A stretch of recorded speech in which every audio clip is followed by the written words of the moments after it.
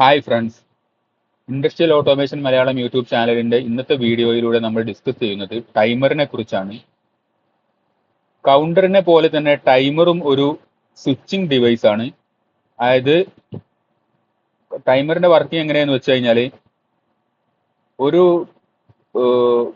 ടൈമറിന് coil supply ഉണ്ടാവും, അതുപോലെ തന്നെ റിലേ ഉണ്ടാവും അതിൽ. അപ്പോൾ ഇതിന്റെ കോയിൽ സപ്ലൈയിൽ വോൾട്ടേജ് കിട്ടിയതിന് ശേഷം, അല്ലെങ്കിൽ കോയിൽ സപ്ലൈ ഓൺ ആയതിനു ശേഷം ഒരു പ്രീസെറ്റ് ടൈം കഴിഞ്ഞതിന് ശേഷം അതിന്റെ റിലേ ഓൺ ആവുകയാണ് ചെയ്യുന്നത് ടൈമറിൽ. അപ്പോ ആ റിലേയുടെ എൻഒയിലും എൻസിയിലും കൊടുത്തിരിക്കുന്ന ഡിവൈസുകൾ നമുക്ക് ഈ ടൈമിനനുസരിച്ചിട്ട്, നമ്മൾ സെറ്റ് ചെയ്തിരിക്കുന്ന ടൈമിനനുസരിച്ചിട്ട് നമുക്ക് യഥേഷ്ടം ഓഫ് ആക്കാനോ ഓൺ ആക്കാനോ ഒക്കെ സാധിക്കുന്നതാണ്. അങ്ങനെയാണ് ബേസിക്കലി ഒരു ടൈമർ വർക്ക് ചെയ്യുന്നത്. അപ്പൊ നമുക്ക് ടൈമറിന്റെ വർക്കിംഗ് മനസ്സിലാക്കുന്നതിന് വേണ്ടി നമുക്ക് നമ്മളുടെ കയ്യിലുള്ള സ്റ്റാർ ഡെൽറ്റ ടൈമറാണ് നമ്മളുടെ കയ്യിലുള്ളത്. അതിന്റെ പ്രാക്ടിക്കൽ വീഡിയോയിലേക്ക് നോക്കാം.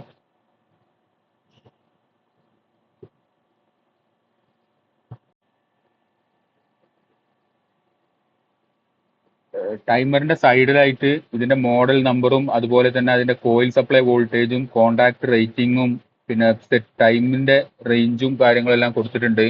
അതേപോലെ സെറ്റ് ടൈം കൊടുത്തിട്ടുണ്ട്, അതുപോലെ തന്നെ പോസ്റ്റ് ടൈമും കൊടുത്തിട്ടുണ്ട്. ഇതിന്റെ കോയിൽ സപ്ലൈ 240 മുതൽ 415 വോൾട്ട് AC എന്ന് കൊടുത്തിട്ടുണ്ട്. അതുപോലെ തന്നെ കോണ്ടാക്ട് റേറ്റിംഗ് 5 ആംപിയർ അറ്റ് ഈ 240 വോൾട്ട് AC, അല്ലെങ്കിൽ 28 വോൾട്ട് DC-യിലും 5 ആംപിയർ ഉള്ള റേറ്റിംഗ് ഉള്ള ഇതാണ് കോണ്ടാക്ട് ആണ് ഇതിനുള്ളത്.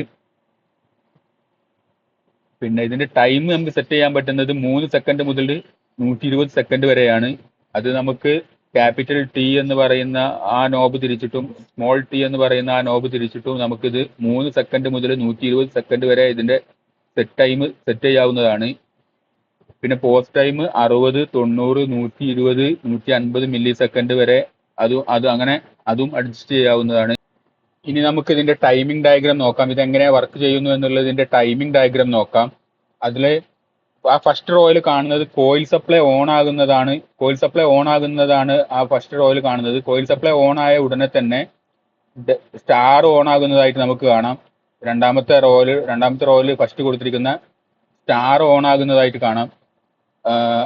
അല്ലെങ്കിൽ 15-ൽ കൊടുത്ത സപ്ലൈ 18-ൽ കിട്ടും, അല്ലെങ്കിൽ 18 ഓൺ ആകുന്നതായിട്ട് കാണാം. അത് കഴിഞ്ഞതിന് ശേഷം 25-ൽ കൊടുത്ത സപ്ലൈ 28-ൽ കിട്ടുന്നത്. അത് കഴിഞ്ഞതിന് ശേഷം ഈ പോസ്റ്റ് ടൈമും കഴിഞ്ഞതിന് ശേഷമാണ് 25-ൽ കൊടുത്ത സപ്ലൈ 28-ൽ കിട്ടുന്നത്, അല്ലെങ്കിൽ 28 ഓൺ ആകുന്നത്, അല്ലെങ്കിൽ ഡെൽറ്റ ഓൺ ആകുന്നത്. അപ്പൊ അത് ഡെൽറ്റ ഓൺ ആയി. പിന്നെ ഇപ്പോ സ്റ്റാർ ഓഫ് ആയിട്ട് ഡെൽറ്റ ഓൺ ആയിട്ടുന്ന കണ്ടീഷനാണുള്ളത്. ഇനി അത് കഴിഞ്ഞതിന് ശേഷം കോയിൽ സപ്ലൈ ഓഫ് ആകുന്ന സമയത്ത് ഡെൽറ്റയും ഓഫ് ആകുന്നതായിട്ട് കാണാം. ഇങ്ങനെയാണ് ഇതിന്റെ വർക്കിംഗ് നടക്കുന്നത്. ഇനി ഇതിന്റെ പ്രീസെറ്റ് ടൈം TS എങ്ങനെ കാൽക്കുലേറ്റ് ചെയ്യുന്നു എന്ന് നോക്കാം. അത് capital T into small T ആണ്. ഇനി നമ്മൾ പറഞ്ഞിട്ടുണ്ടായിരുന്നു ടൈമറിന് ഒരു കോയിൽ ഉണ്ടാവുമെന്ന്. അപ്പൊ ആ കോയിലിന്റെ ടെർമിനലാണ് A1 A2. അതേപോലെ ഇതിന്റെ ഇപ്പോ നമ്മളെ കയ്യിലുള്ള സ്റ്റാർ ഡെൽറ്റ ടൈമറിന്റെ സ്റ്റാറിന്റെ ടെർമിനലാണ് 15ഉം 18ഉം. സ്റ്റാറിന്റെ ടൈമിൽ 15-ൽ കൊടുത്ത സപ്ലൈ 18-ൽ കിട്ടുകയും ഡെൽറ്റയുടെ ആ പ്രീസെറ്റ് ടൈം ആയതിനു ശേഷം 25-ൽ കൊടുത്ത സപ്ലൈ 28-ൽ കിട്ടുകയും 15-ൽ കൊടുത്ത സപ്ലൈ പിന്നെ 18-ന് അത് ഓഫ് ആവും. എന്നിട്ട് 25-ൽ കൊടുത്ത സപ്ലൈ 28-ൽ കിട്ടുകയും ചെയ്യുന്നത്.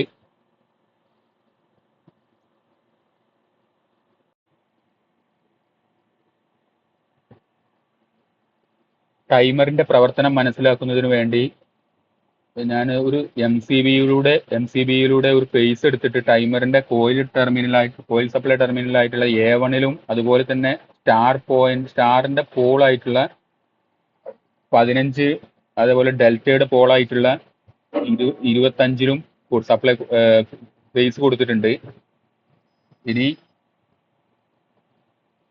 സ്റ്റാർ മാർക്ക് ചെയ്തിരിക്കുന്ന 18 എന്ന് പറഞ്ഞ ടെർമിനലിൽ നിന്നും ഒരു ഗ്രീൻ ലൈറ്റ് ഞാൻ കണക്ട് ചെയ്തിട്ടുണ്ട്.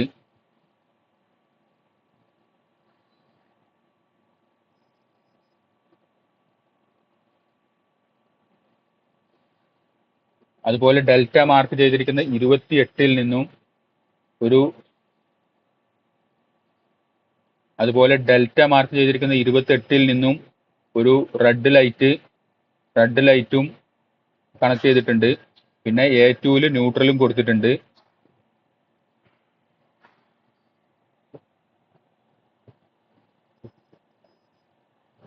ഇനി നമുക്കിതൊന്ന് ഓൺ ആക്കി നോക്കാം എങ്ങനെ ഇത് വർക്ക് ചെയ്യുന്നു എന്നുള്ളത്. ഇത് ഓൺ ആക്കുമ്പോൾ സ്റ്റാറിൽ കൊടുത്തിരിക്കുന്ന ഗ്രീൻ ലൈറ്റ് അപ്പോൾ തന്നെ ഓൺ ആവും. നമുക്ക് അതാണ് അങ്ങനെയാണ് ഇതിന്റെ ഇത് വർക്ക് ചെയ്യേണ്ടതെന്ന് നമുക്ക് നേരത്തെ നോക്കിയിട്ടുണ്ട്. അപ്പോൾ ഈ സ്റ്റാറിൽ കൊടുത്തിരിക്കുന്ന ഇത് കഴിഞ്ഞതിന് ശേഷം ആ പ്രീസെറ്റ് ടൈം കഴിഞ്ഞതിന് ശേഷം ഡെൽറ്റയിൽ കൊടുത്തിരിക്കുന്ന റെഡ് ലൈറ്റ് ഓൺ ആയിട്ടുണ്ട്. വീണ്ടും ഇതൊന്ന് ഞാൻ ഓഫ് ആക്കുകയാണ്. അപ്പം രണ്ട് ലൈറ്റും ഓഫ് ആയിട്ട് വീണ്ടും ഓൺ ആക്കുമ്പോൾ സ്റ്റാറിൽ കൊടുത്തിരിക്കുന്ന 28 കൊടുത്തിരിക്കുന്ന ഗ്രീൻ ലൈറ്റ് ഓൺ ആയിട്ടുണ്ട്. ആ സെറ്റ് ടൈം കഴിഞ്ഞതിന് ശേഷം വീണ്ടും അത് ഓഫ് ആവുകയും റെഡ് ലൈറ്റ് ഡെൽറ്റയിൽ കൊടുത്തിരിക്കുന്ന റെഡ് ലൈറ്റ് ഓൺ ആവുകയും ചെയ്തിട്ടുണ്ട്. അപ്പോൾ ഇങ്ങനെയാണ് ഇത് വർക്ക് ചെയ്യുന്നത്.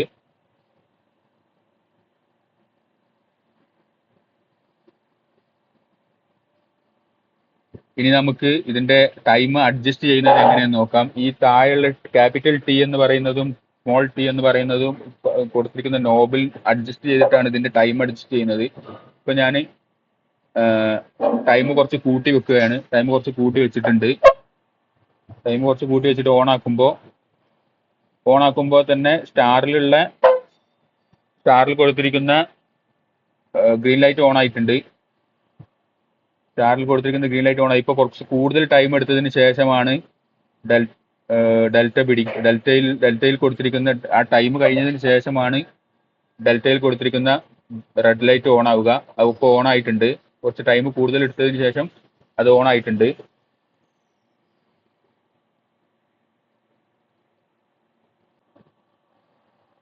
ഇന്നത്തെ വീഡിയോ എല്ലാവർക്കും മനസ്സിലായി എന്ന് വിശ്വസിക്കുന്നു. എന്തെങ്കിലും ഡൗട്ടോ കാര്യങ്ങളോ ഉണ്ടെങ്കിൽ വാട്സപ്പ് നമ്പറിലോ അല്ലെങ്കിൽ കമന്റിലൂടെയോ നിങ്ങൾക്ക് അറിയിക്കാവുന്നതാണ്.